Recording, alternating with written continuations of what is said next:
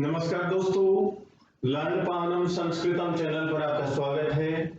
दोस्तों, हम भर्तृहरि के नीति शतकम के श्लोकों के विषय में विचार विमर्श कर रहे थे। तो साथियों, आज एक भर्तृहरि का श्लोक लेकर के आया हूं। उस श्लोक में विद्या के महत्व के विषय में बताया गया है। विद्या रूपी धन कितना महत्वपूर्ण होता है। वैसे विद्वान साथियों, सभी धनों का अपने अपने स्थान पर महत्व होता है, लेकिन विद्या के बिना हम कोई भी धन नहीं कमा सकते हैं। धन कमाने के लिए भी हमें विद्या की आवश्यकता होती है। तो आइए साथियों, जानते हैं कि विद्या ऐसा कौन सा धन है जो कभी भी नष्ट नहीं होता है। इसको जितना हम खर्च करते हैं उतना ही बढ़ता जाता है, लेकिन अन्य जो धन होते हैं वो खर्च करने पर घटते जाते हैं। एक बार फिर, अन्य धन खर्च करने पर घटते जाते हैं, लेकिन विद्या रूपी धन खर्च करने पर बढ़ता जाता है। हिंदी में भी कहा है कि सरस्वती के भंडार की बड़ी अपूर्व बात, जो खर्चे त्यों त्यों बढ़े, बिन खर्चे घट जात। कि सरस्वती का जो भंडार है वो एक अनोखा खजाना होता है। उसको जितना हम खर्च करते हैं वह बढ़ता ही जाता है, वह बढ़ता ही जाता है। उसमें किसी प्रकार की कोई कमी नहीं आती है। ऐसा सरस्वती मैया का अनोखा खजाना है। तो आइए साथियों, जानते हैं उस अनोखे खजाने के विषय में। हर्तु याति न गोचरम। हर्तु चोर के गोचरम दृष्टि गोचर न याति नहीं होती है। चोर इसको देख नहीं सकता। हर्तु चोर के गोचरम दृष्टि गोचर न याति नहीं होती है, अर्थात चोर इस विद्या को देख नहीं सकता है और चोर इस विद्या का हरण भी नहीं कर सकता है।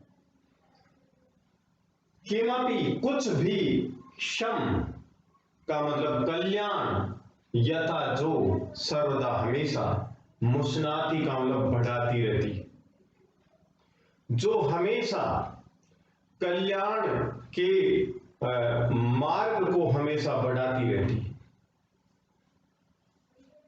ही अर्थिभ्ये, इसका संधि विच्छेद करेंगे। ही अर्थिभ्ये, ही का मतलब है निश्चय ही अर्थिभ्ये।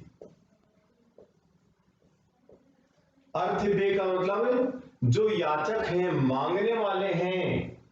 प्रतिपाद्य मानम, प्रतिपाद्य मानम का मतलब उनको देते हुए, एनिसम निरंतर, पराम अत्यधिक, वृद्धि को प्राप्त होती है। यहां पर याचक का मतलब होता है विद्यार्थी। विद्यार्थियों के मांगने पर निरंतर देते हुए अत्यधिक वृद्धि होती है, अत्यधिक वृद्धि को प्राप्त होती है। क्योंकि विद्या जो दी जाती है विद्यार्थियों को दी जाती है। विद्यार्थियों को जितनी विद्या दी जाती है उतनी अधिक वृद्धि को प्राप्त होती है, अर्थात उतना ही अधिक विद्या का भंडार भर जाता है। इसलिए विद्या रूपी धन को हमेशा खर्च करते रहना चाहिए।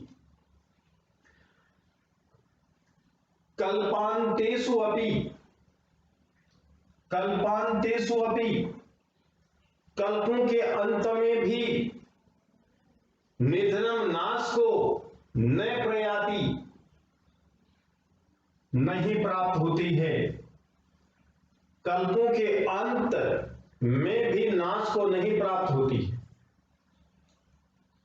स्पष्ट हुआ कि चाहे प्रलय हो जाए फिर भी विद्या रूपी धन नष्ट नहीं होता। विद्याख्यम, विद्या नामक अंतर्धनम आंतरिक धन। विद्याख्यम, विद्या नामक अंतर्धनम आंतरिक धन। कल्पांतेषु अपि, कल्पों के अंत में भी, निधनम नाश को न प्रयाति नहीं प्राप्त होता है। विद्या नामक आंतरिक धन प्रलय होने पर भी नष्ट नहीं होता है, अर्थात ये धन स्थायी है, अक्षुण है। ये शाम जिनके पास ये विद्या रूपी धन है, नृपा हे राजाओं, तान प्रति उनके प्रति मानम अभिमान को उज्जत छोड़ दीजिए। हे राजाओं, जिनके पास वो विद्या रूपी अनोखा खजाना है, उनके प्रति अभिमान को छोड़ दो, क्योंकि 23 है उनके साथ कई स्पर्धा थे। उनके साथ कैसी स्पर्धा, कैसी होड़, क्योंकि होड़ तो बराबर वालों में होती और विद्या रूपी जो खजाना है उसमें होड़ नहीं होती साथी। फिर दोबारा से जानेंगे इस श्लोक को कि विद्या रूपी जो धन होता है वो चोर के दृष्टिगोचर नहीं होता है, अर्थात चोर इसको देख नहीं सकता है न चुरा सकता है। विद्या रूपी धन सर्वदा हमेशा किमपि कुछ भी शमुष्णाति कल्याण को बढ़ाता रहता है, मंगल करता है, शुभ की ओर अग्रसर करता है ही, जो निश्चित रूप से अर्थ भेद मांगने वालों को अर्थात विद्यार्थियों को प्रतिपाद्यमानम दिए जाने पर ऐनिशम निरंतर परम अत्यधिक वृद्धि प्राप्त होती, वृद्धि को प्राप्त होता है। जो विद्यार्थियों को निरंतर दिए जाने पर वृद्धि को प्राप्त होता है। कौन सा धन? विद्या रूपी धन। और विद्याख्यम, विद्या नामक अंतर्धनम आंतरिक धन कल्पांतेषु अपि, कल्पों के अंत में भी निधनम न प्रयाति, नाश को प्राप्त नहीं होता है। ये शाम जिनके पास ये विद्या रूपी अनोखा खजाना है, हे राजाओं, तान प्रति उनके प्रति मानम अभिमान को उज्जत छोड़ दीजिए। 23 है उनके साथ कई स्पर्धा थे, कैसी स्पर्धा, कैसी होड़, ऐसा महाकवि भर्तृहरि कहते हैं।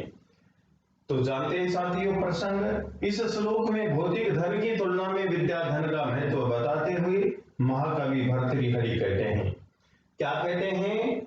जो विद्या नामक धन चोर के दृष्टिगोचर नहीं होता, जो सदा मनुष्य का हित तथा सुख बढ़ाता है, जो निरंतर विद्यार्थियों को देने पर भी बढ़ता जाता है, जो धन प्रलय में भी युगांत में भी नष्ट नहीं होता, वह विद्या नामक गुप्त धन जिन विद्वानों के पास है, हे राजाओं, उनके सामने अभिमान की भावना छोड़ दो।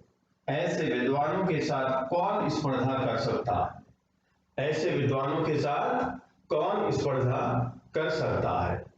तो सारांश में बात यह हुई विद्वान साथियों कि ज्ञान प्राप्त करने की कोई उम्र नहीं होती है। हमें अपने जीवन का एक क्षण भी व्यर्थ में नहीं होना चाहिए, ज्ञान प्राप्त करते रहना चाहिए और हमेशा उस ज्ञान को हम परोपकार में प्रयोग में लेते रहें, हम दूसरों का भला करते रहें, तो ये ज्ञान रूपी खजाना हमेशा बढ़ता ही रहता है।